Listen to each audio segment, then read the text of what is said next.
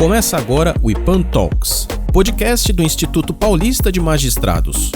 Regularmente trazemos para você uma conversa franca e esclarecedora com um membro da magistratura ou das carreiras jurídicas sobre assuntos relevantes para a comunidade jurídica, para as instituições democráticas e para a sociedade em geral. Olá, eu sou Carlos Bateste e estamos iniciando mais uma edição do IPAN Talks, podcast do IPAN, Instituto Paulista de Magistrados. Nossa entrevistada neste programa é a juíza de direito da 2ª Vara da Família e das Sucessões da Comarca de Jundiaí, Valéria Ferioli Lagrasta. Doutora em Direito pela Universidade 9 de Julho, ela é mestre em Direito pelo Centro de Estudos de Direito Econômico e Social.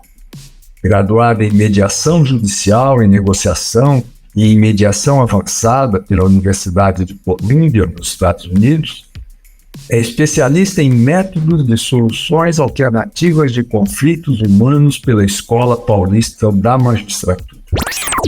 A juíza Valéria Ferioli Lagrasta é formadora da Escola Nacional de Formação e Aperfeiçoamento de Magistrados, a IFAM, instrutora de técnicas autocompositivas e políticas públicas do Conselho Nacional de Justiça, é membro do Comitê Gestor da Conciliação, também do CNJ, consultora da Comissão de Soluções Consensuais de Conflitos da OAB de São Paulo e membro fundadora da Confederação Internacional de Mediação por Justiça, com sede em Paris, na França. Vencedora do 7º Prêmio Conciliar e Legal do Conselho Nacional de Justiça, na categoria Juiz Individual, nossa convidada foi membro do Núcleo Permanente de Métodos Consensuais de Solução de Conflitos, o NUPEMEC, do Tribunal de Justiça do Estado de São Paulo. E integra também o Conselho Consultivo e Fiscal do IPAN. O tema que iremos abordar com a nossa entrevistada neste programa é o uso pelo Judiciário dos métodos consensuais de solução de conflitos. É uma satisfação tê-la no IPAN Talks, magistrada. A satisfação, o prazer é todo meu. Há muitos anos eu integro o IPAN e é sempre bom poder colaborar, né, e poder trazer alguma coisa sobre o meu trabalho com a mediação, que é algo que eu gosto muito. E também queria agradecer à presidente, Ana Brogin. A senhora poderia oferecer aos ouvintes do IPAN Talks uma visão geral das formas de soluções de conflitos que são praticadas atualmente no âmbito do judiciário? Então, na verdade, quando foi instituída a Política Judiciária Nacional de Tratamento Adequado de Conflitos, pela Resolução 125 de 2010 do Conselho Nacional de Justiça, a ideia é que a unidade judiciária prevista, né, naquela resolução, que é o SEJUSC, funcionasse como um tribunal multiportas, oferecendo vários métodos de solução de conflitos, né, não só a conciliação e a mediação. Infelizmente, devido à dificuldade até de compreensão em relação a esses métodos e por no Brasil nós não termos realmente aí uma prática já voltada para esses métodos há muitos anos, como ocorre nos Estados Unidos, hoje nós trabalhamos no judiciário basicamente com a conciliação e com a mediação. Sequer a arbitragem e a negociação são oferecidas nesses SEJUSCs. E a conciliação que nós fazemos é hoje, lógico, uma conciliação bem melhor do que aquela da época dos juizados, porque hoje existe uma formação específica, né, para os conciliadores e mediadores, mas a mediação ainda deixa muito a desejar, porque na verdade o que nós fazemos hoje é uma conciliação com técnicas, como eu costumo dizer. Não é a mediação propriamente dita como prevista, né, e praticada em outros países, como Estados Unidos, Canadá e a própria Europa. A senhora escreveu um livro sobre conciliação e mediação. A senhora podia falar um pouquinho sobre ele? O livro chama Métodos Consensuais de Solução de Conflitos, Aprendizagem Evolutiva.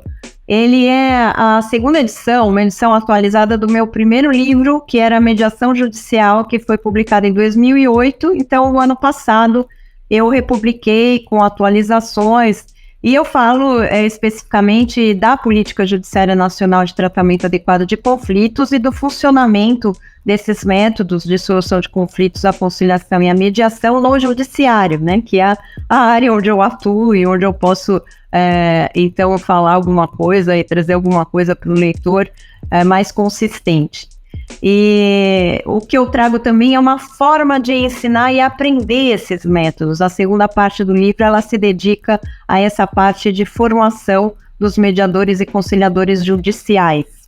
Então, é uma atualização da minha primeira obra, mas também traz essa novidade, né? Porque depois da prática nesses cursos de formação, eu acabei compreendendo algumas coisas em relação a esse ensino e aprendizagem da conciliação e mediação e tento trazer para o leitor.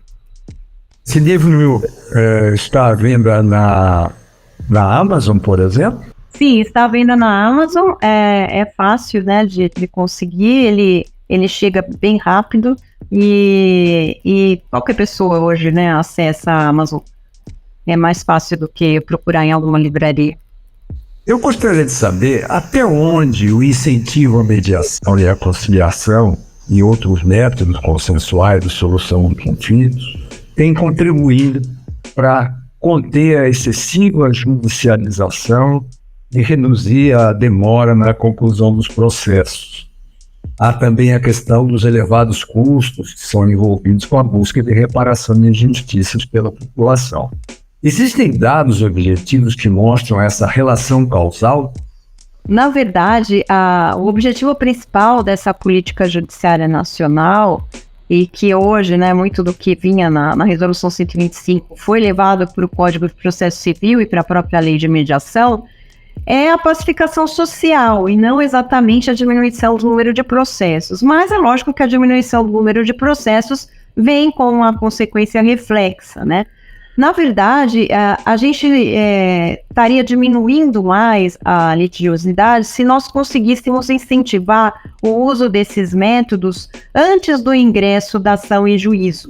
Então, de forma privada, através de câmaras privadas, e com a mudança do próprio entendimento, né, da cultura, que se diz, da população em relação ao uso desses métodos, para que elas pudessem buscar voluntariamente, antes de ingressar no judiciário, alguma forma de solução.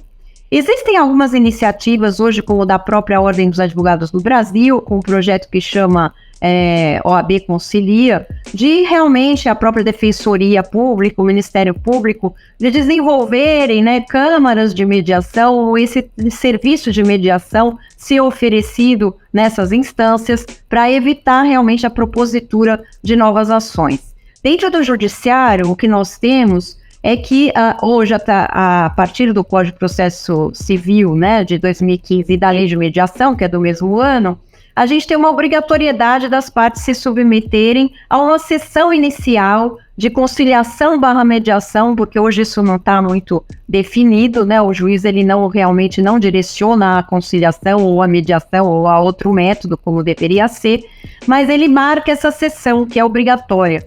E ela só pode ser dispensada se uma das partes, se as duas partes disserem que não tem interesse na sua realização. E aí, com isso, alguns acordos têm sido feitos, né?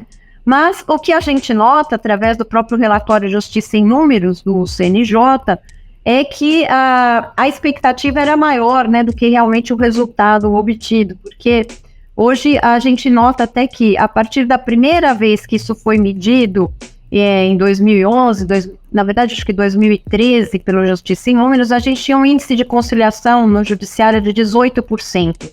E hoje esse índice é de 12,1%. Então a gente nota que, ao invés de aumentar, diminuiu, né? Então 12 processos a cada 100 é que são resolvidos por acordo. Lógico que essa estatística ela é demonstrada de várias formas, então o Justiça em Números ele vai dividir, né, só fase de conhecimento, só fase de execução, na Justiça Estadual, na Federal, na Trabalhista, e aí os índices aumentam um pouco quando a gente vê apenas a fase de conhecimento, que é onde ocorrem a maioria dos acordos, né? E também o número de sentenças homologatórias de acordo, que passou de 3 milhões para 4 milhões nesse último relatório, mas isso, na verdade, não reflete um aumento da conciliação e do resultado da conciliação em si, né? Mas sim uma forma de medir esse resultado. Então, o que se nota, na verdade, é que não se mede o índice de execução desses acordos. Então, apesar da gente ter várias sentenças homologatórias de acordo, não se mede quantas dessas sentenças viraram execução, ou seja, foram descumpridas e as partes tiveram que ingressar com uma ação de execução, né? Então, na verdade, a conciliação, a mediação, o acordo em si, ele só é realmente frutífero e satisfatório se as pessoas se as pessoas cumprirem, né, o que foi colocado ali, se não houver necessidade dessa execução. Isso não está sendo medido. Então, eu acho que realmente ainda nós não conseguimos aquele objetivo principal de pacificar a sociedade e da própria sociedade buscar os métodos, né, de forma voluntária. Com a difusão da tecnologia, o Judiciário implantou sistemas de mediação e conciliação realizados no ambiente virtual. As ferramentas online têm auxiliado efetivamente a tomada de decisão na resolução de conflitos? Na verdade, em relação à mediação, como a mediação envolve muito a parte de comunicação entre as partes e toda a linguagem, né, verbal e não verbal, quer dizer, todo o gestual, o comportamento das pessoas e quando ela está frente a outra, frente ao próprio mediador, em princípio, né, antes da pandemia, havia muita resistência em relação à utilização desses métodos de forma virtual.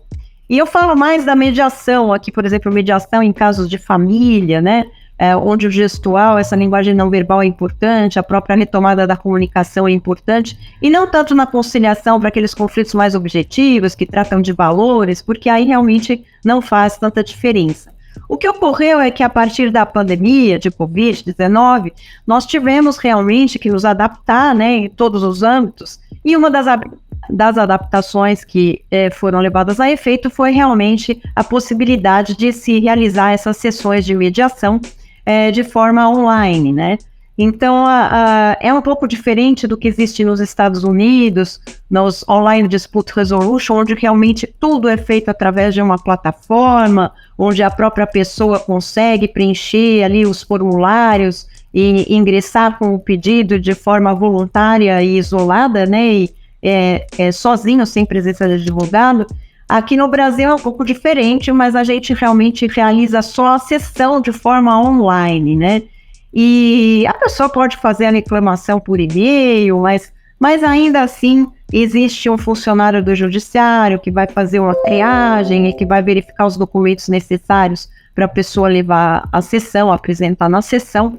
O que ocorre é realmente que facilitou demais para as pessoas que residem em locais muito distantes, então não há necessidade desse deslocamento. Muitas pessoas, às vezes, por falta de condições financeiras, não conseguiam chegar, né, até o fórum, e dessa forma isso foi facilitado. Então hoje as pessoas acessam da própria casa, do próprio celular, mas sempre a gente precisa tomar muito cuidado, eu acho, em relação a isso, devido ao princípio do acesso à justiça, porque também a gente hoje pode pensar, todo mundo tem acesso a um celular, mas não é bem assim, né? Muitas pessoas têm acesso a um celular, mas não tem internet de velocidade, ou não conseguem realmente buscar alguém que auxilie no uso dessas ferramentas e não consegue acessar essa sessão virtual, ainda que tenha um celular e ainda que tenha de uma forma um pouco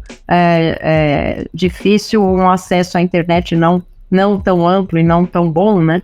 Mas, de modo geral, tem facilitado. Eu só acredito assim que como magistrada e como realmente um mediador que queira auxiliar as partes, você realmente precisa prestar atenção quando existe uma dificuldade da parte, ou ele é um excluído digital, como o próprio CNJ colocou numa resolução recente, que é aquela pessoa que tem acesso à internet, tem um celular, mas ela é excluída digital, porque ela não consegue manipular aquelas ferramentas, ela não consegue ingressar efetivamente na sessão, por ter que fazer alguns passos ali e ligar o microfone, desligar o microfone, e não são todas as pessoas, principalmente idosos ou pessoas culturalmente mais defasadas, que conseguem isso. Então, usando com parcimônia e bom senso, é realmente uma ferramenta nova que veio para auxiliar e tem auxiliado, né?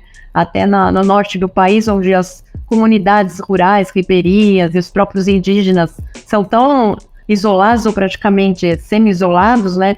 As distâncias são enormes, isso tem auxiliado. É comum meus colegas lá do norte falarem que existem indígenas que participam das sessões em cima de uma árvore, porque ali a internet pega melhor e ele está com o celular. Então a gente verifica que realmente tem facilitado. Outro aspecto que gostaríamos de abordar é a instalação e monitoramento dos centros judiciários de solução de conflitos e cidadania, que são um programa do NUPEMEC, do TJSP, número do qual a senhora fez parte. Tem sido bem sucedida essa iniciativa? Hoje, né, realmente, apesar da gente ainda não ter conseguido atingir a meta que o CNJ previu na Resolução 125, que era toda a comarca, né, com mais de uma vara, ter um SEJUSC, muitas ainda não têm, né, nós realmente avançamos, né. Hoje existem 1.724 SEJUSCs no país todo, e São Paulo lidera esse número com 315 unidades. Sendo seguido só de Minas Gerais com 298 e o Tribunal do Paraná com 183.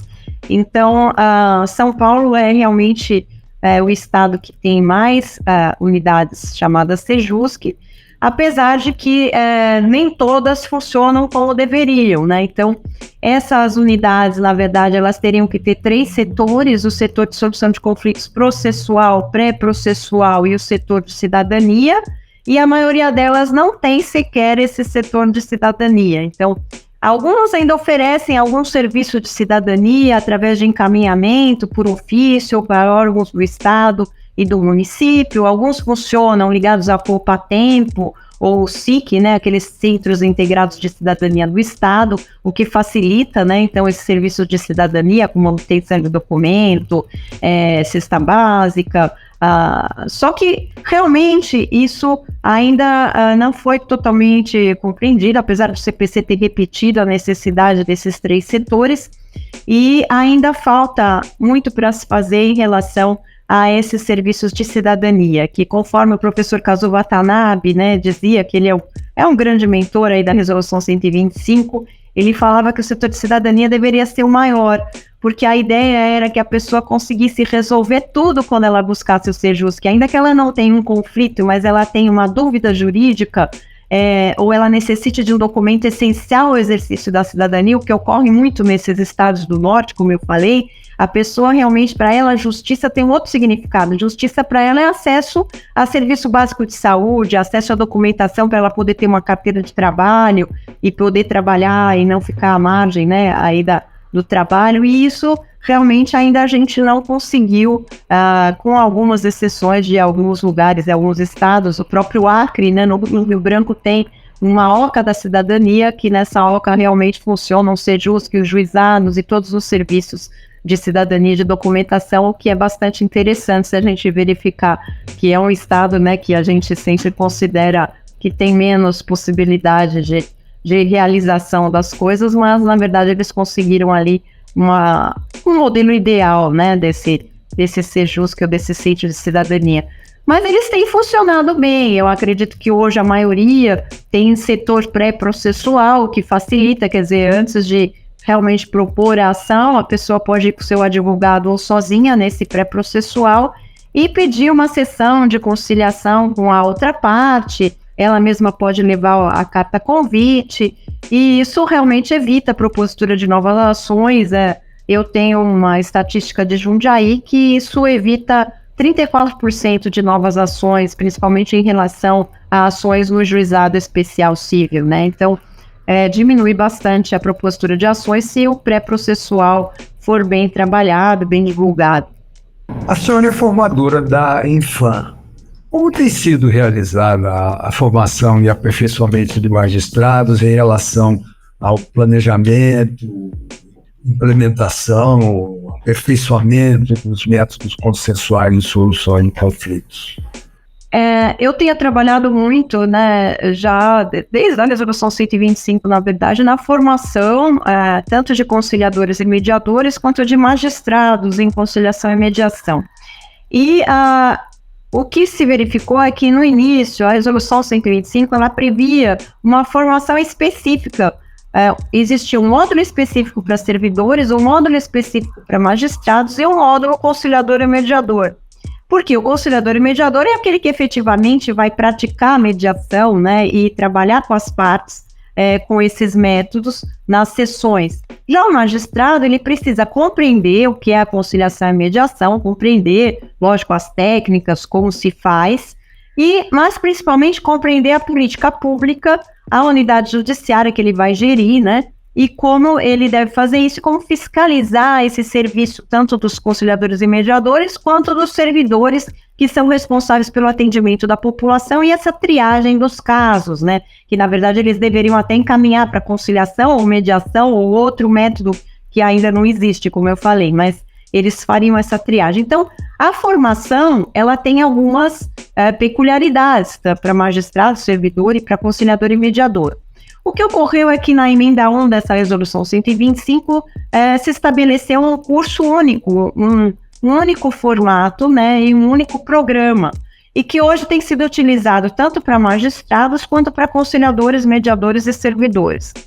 E o que ocorreu, e até um ponto que o Comitê Gestor da Conciliação, a partir de agora, deve se preocupar, é reformular um regulamento desses cursos do CNJ, porque hoje se exige do magistrado que ele se forme na parte teórica de conciliação e mediação e que ele faça a parte prática, que é o estágio supervisionado de 100 horas em sessões de conciliação e mediação, o que para o magistrado se torna praticamente impossível, né? Então ele não tem esse tempo e ele, como magistrado da comarca onde ele atua, ele também tem alguns impedimentos de atuar como observador de uma sessão quando ele é um magistrado que vai julgar o caso futuro, se isso vier a ser proposto com ação. Então, isso está causando um entrave na formação.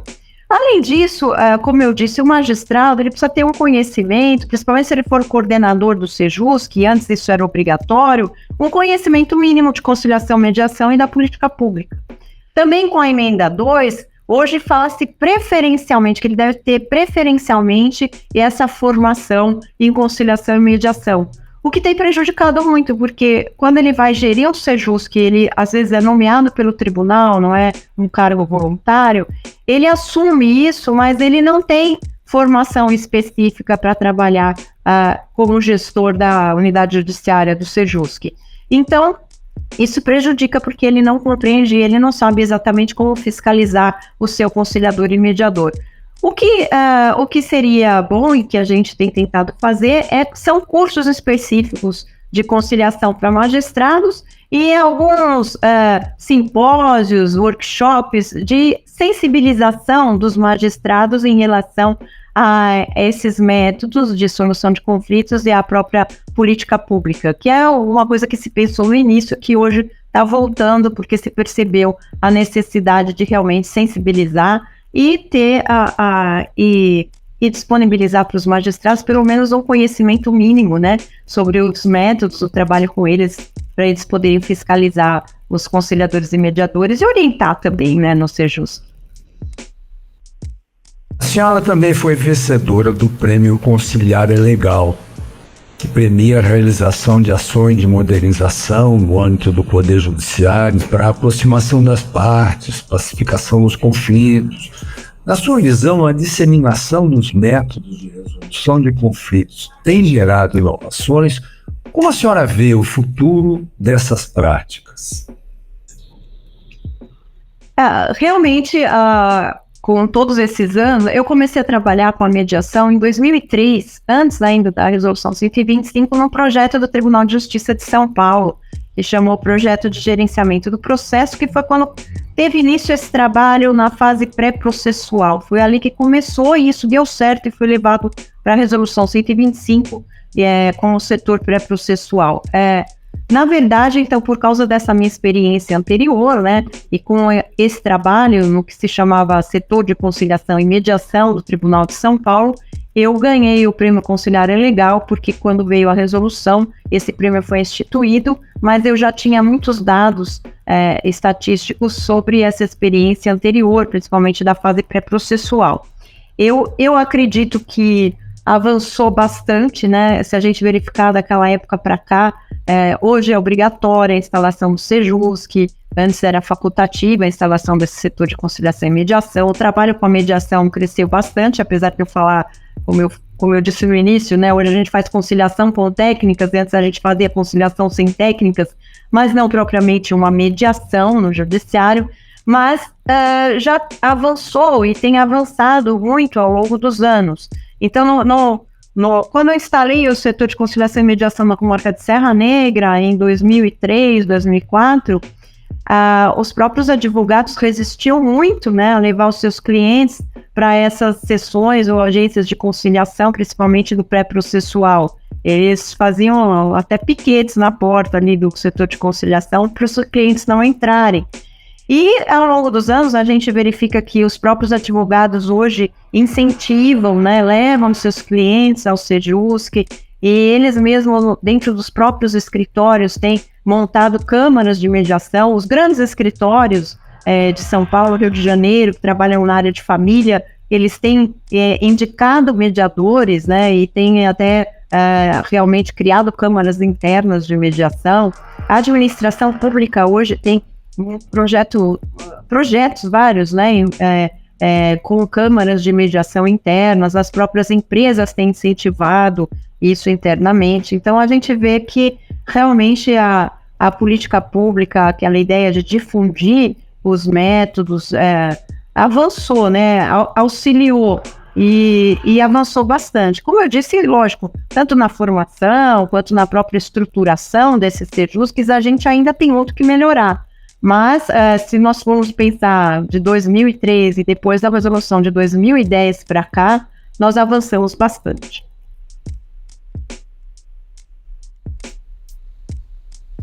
Nós entrevistamos a juíza de direito da 2ª Vara da Família e das Sucessões da comarca de Jundiaí, Valéria Ferioli Lagarto.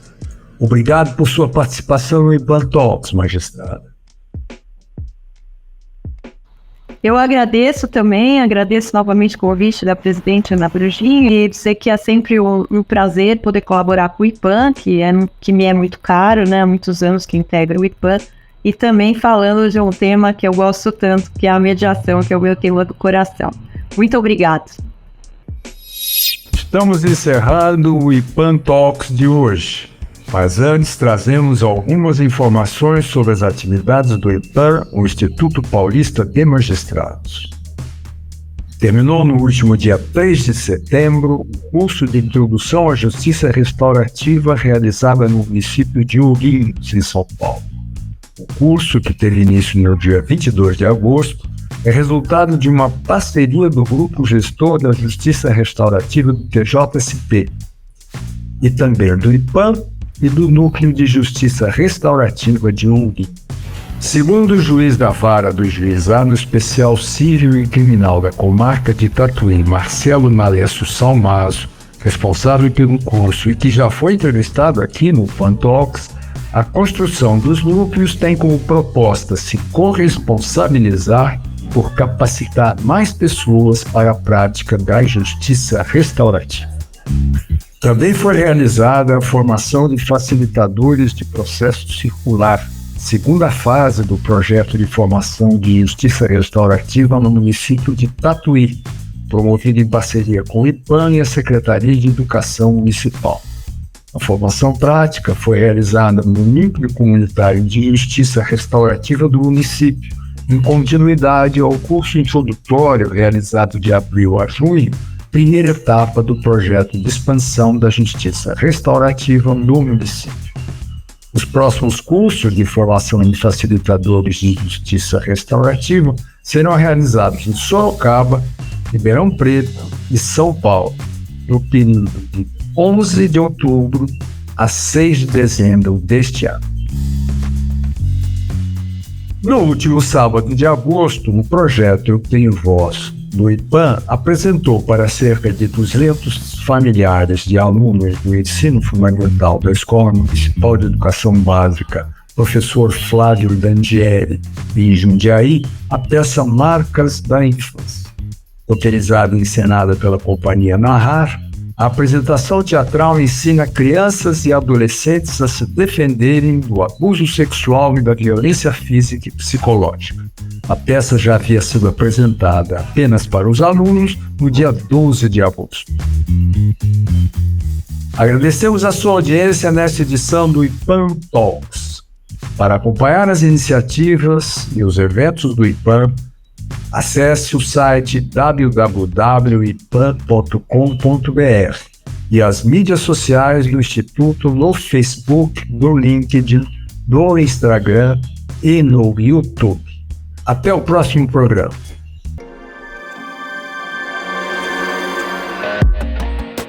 Termina agora o IPAM Talks, o podcast do Instituto Paulista de Magistrados. Se quiser mais informações sobre o programa ou sobre as atividades e benefícios oferecidos pelo IPAM, envie um e-mail para ipam@ipam.com.br ou ligue para o Instituto. Telefone 11 3105 9290. Até o próximo programa.